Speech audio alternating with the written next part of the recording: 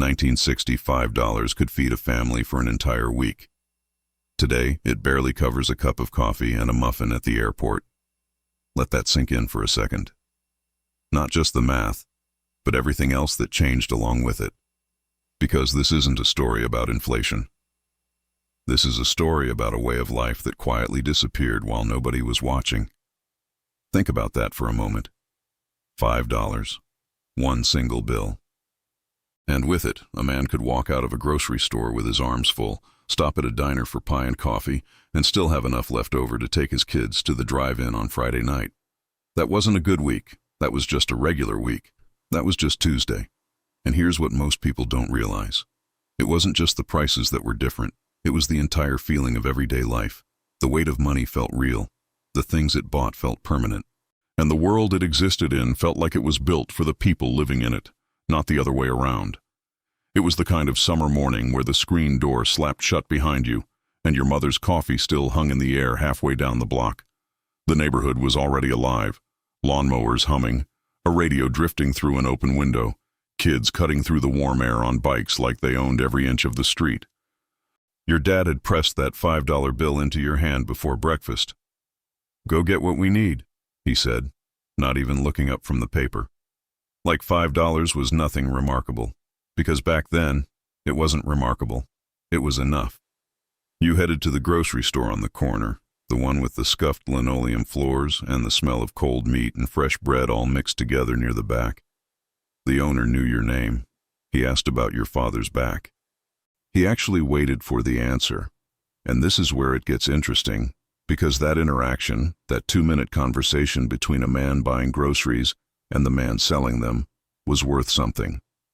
It was part of the transaction in a way that no self-checkout machine has ever been able to replicate. A loaf of bread was around 20 cents. A quart of milk, 25. A dozen eggs for 50 cents. A pound of ground beef for under half a dollar. Canned soup, a dime. By the time you reached the register, your cart was genuinely full, and the total landed somewhere just under $3. You handed over the 5 and got real change back. Enough left over to feel like something. Not spare change to ignore. Actual money with actual weight. Now compare that to today. A single trip to the grocery store for a family of 4, not a big trip, not a stock-up trip, just a regular weekly run, can easily hit $150, $200. And you still leave feeling like you forgot something. You leave feeling like the cart should be fuller for that number. Something doesn't add up, and you feel it, even when you can't quite explain it. But here's what most people don't realize. The grocery store was just the beginning of what $5 could hold. On the way home from shopping, you stopped at the diner. Everyone stopped at the diner. It was one of those places with red vinyl stools along a long counter and a pie case up front that turned slowly under glass like it was proud of itself. A cup of coffee was a nickel. A thick slice of pie, real pie, the kind with fruit that had actually been fruit, cost maybe 30 cents. You sat at the counter and listened to the men next to you talk about baseball and the weather and nothing in particular, and the waitress called you hon and refilled your cup without being asked. The whole thing cost less than $1, and you left feeling full in a way that had nothing to do with the pie. Today you walk into a diner, the ones that are still left, and 2 coffees and a slice of something average runs you close to $20 before tip. You stare at the menu longer than you should. You do the math. You put one thing back, and somehow the experience of it, the ease of it, is already gone before the food even arrives. And this is where it gets interesting, because the diner was never really about the food either. Friday nights were for the drive-in. The whole family loaded into the station wagon with a brown paper bag of popcorn your mom had made at home, and a speaker hooked over the half-rolled-down window crackled with opening music under a real sky full of real stars. Admission for the whole car, everyone in it, all 4 or 5 of you, was under $2. $2 for the whole family to sit together in the dark and watch something, side by side, nobody on a separate screen, nobody somewhere else. And you could still buy a cold Coke from the kid walking the rows with a tray around his neck. There are fewer than 300 drive-in theaters still operating in the entire United States today. At the peak, there were over 4,000. That number alone tells a story that no graph needs to finish. At the gas station on Route 9, the attendant came out before you'd even opened the car door.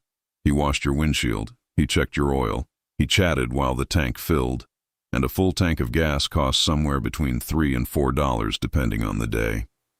You drove away feeling genuinely taken care of, not processed, not served through a screen, actually looked after by another human being who thought it was worth his time.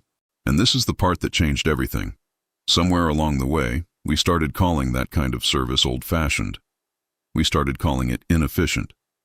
We started optimizing it away, one small convenience at a time, until the gas station became a place where you swipe a card in the cold and stare at a screen asking if you want a car wash for $8.99, and there's nobody there at all. Your mother could stretch $3 of groceries across 5 or 6 meals without it feeling like sacrifice. Ground beef became dinner, then soup, then something else entirely.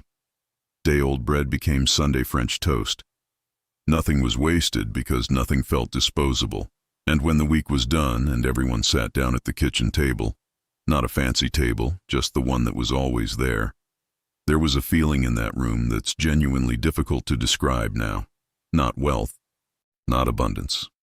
Something quieter than that. Something more like enough. But here's what most people don't realize about that feeling. It didn't come from the food on the table. It came from the fact that the food on the table hadn't cost everything they had just to get there. It came from the fact that there was still room to breathe, room to sit, room to be together without the background hum of financial pressure, making everything slightly more tense than it should be. That room to breathe was worth more than any price chart can show. And this is the part nobody really talks about when they throw out the inflation statistics. Yes, wages have gone up. Yes, we have more things now. Bigger televisions, faster phones, more options in every aisle of every store. But options aren't the same as peace of mind. Abundance isn't the same as ease, and more isn't the same as enough. $5 in 1960 bought bread and milk and eggs and meat and change to spare. It bought pie at the counter and coffee with a refill. It bought a tank of gas and a man who checked your oil without being asked. It bought a Friday night under the stars with your whole family in one car watching one screen together. And it bought something underneath all of that. Something that held it all together. A sense that life was proportional, that what you put in and what you got back were still, somehow, in balance. That balance is what's really gone. Not just the purchasing power, the balance, the neighborhoods that used to be walkable because nobody questioned whether they should be. The store owners who knew your name because they'd known your parents' names first. The diners where the waitress didn't need to be asked. The attendants who came out to meet you. The drive-ins under real stars, the kitchen table at the end of the week with room left over to breathe. Maybe some of this is nostalgia softening the hard edges. Maybe not every family had what this family had. But the feeling underneath it, the feeling that the world was built for the people living in it, not extracting from them, that part was real. And enough people carried it with them that its absence is something you can feel even if you can't quite name it. Especially if you never lived it yourself. Especially if you only know it from stories. And that might be the most striking part of all. That the generation growing up today feels the loss of something they never even had. They feel it in the grocery store. They feel it at the gas pump. They feel it at the end of the month when everything has been paid and there's nothing left and no attendant coming out to meet them. $5 in 1960 was an ordinary amount of money that carried an extraordinary weight. Not because times were perfect, but because the gap between what life cost and what life gave back hadn't yet become what it is now. And somewhere in that gap, in the distance between then and right now, is everything this video has really been about.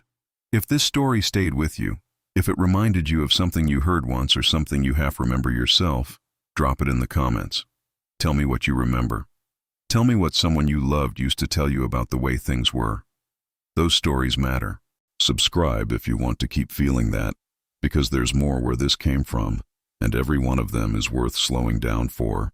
And if this one made you feel something real, go ahead and like it.